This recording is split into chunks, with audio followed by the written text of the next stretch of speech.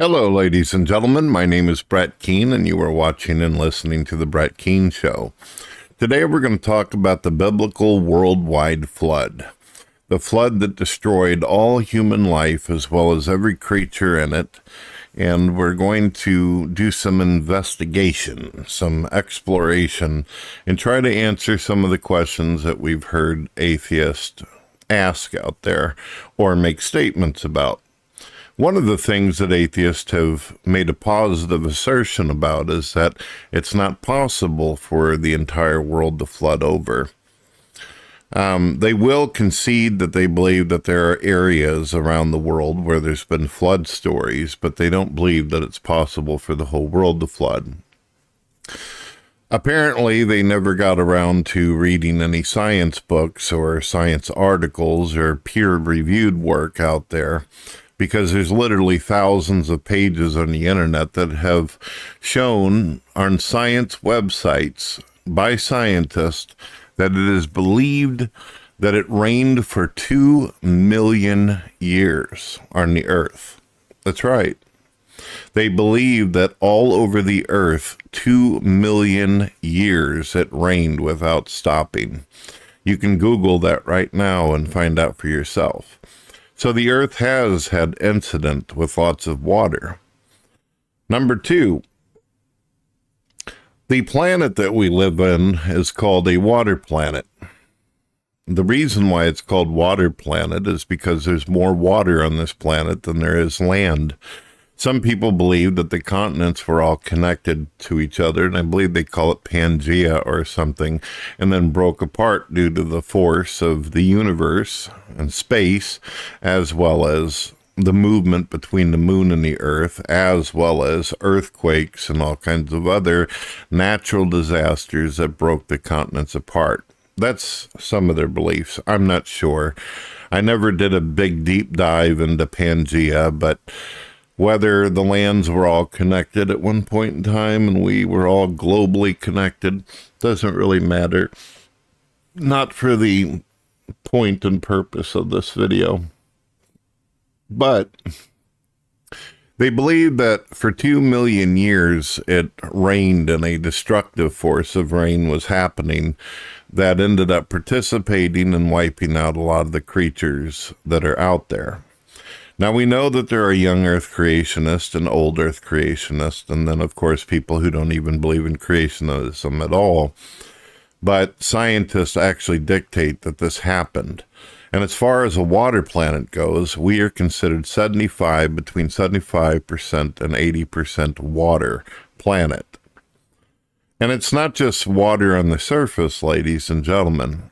According to the Bible, it didn't just rain to cause the worldwide flood.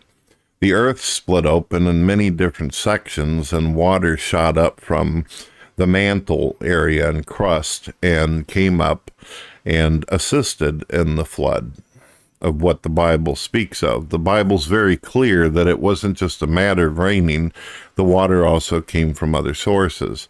So there's some atheists out there who've made countless videos arguing even if it rained for that long, it wouldn't be possible to do that.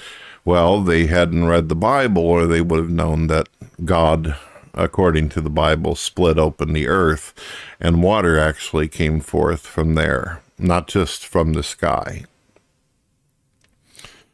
Now, Bill Nye and Ken Ham, they were having a debate a while back, and Bill Nye said that it's not possible for the world to flood over. But just a week later, this atheist was found on Fox News claiming that climate control is a real issue, that there's a real danger that our ice caps could melt, and if that were to happen, guess what? The world would flood and we would drown. It would be very uncomfortable. We would be like Kevin Costner living in a world like Waterworld, the movie. And if you remember, that movie wasn't very great, but the premise of the movie wasn't that awesome either. Living on rafts and boats and drinking our own piss. Not very exciting if you ask me. Let's get rid of the window capture and put a nice relaxing rain deal there while we're having this conversation. Now, as far as did Noah actually build an ark that was big enough to actually get all the animals in the world? Well, that's another mistake that atheists make. It's not claiming that all the animals got on the ark, the boat. What's claiming is a pair of each kind of animal, as well as whatever kind of creatures managed to get onto that boat. Not all of them, just a pair here and there and a pair and there. Now, some people are going to immediately think, how the hell do you get an entire zoo worth of creatures or 100 zoos onto a boat? Well, we have to remember, ladies and gentlemen, that because we live on a water planet, 90% of the creatures that exist on this planet are water-based in the first premise here. Most of our creatures that are alive today and exist are ocean-oriented, live in rivers, creeks, all this kind of stuff.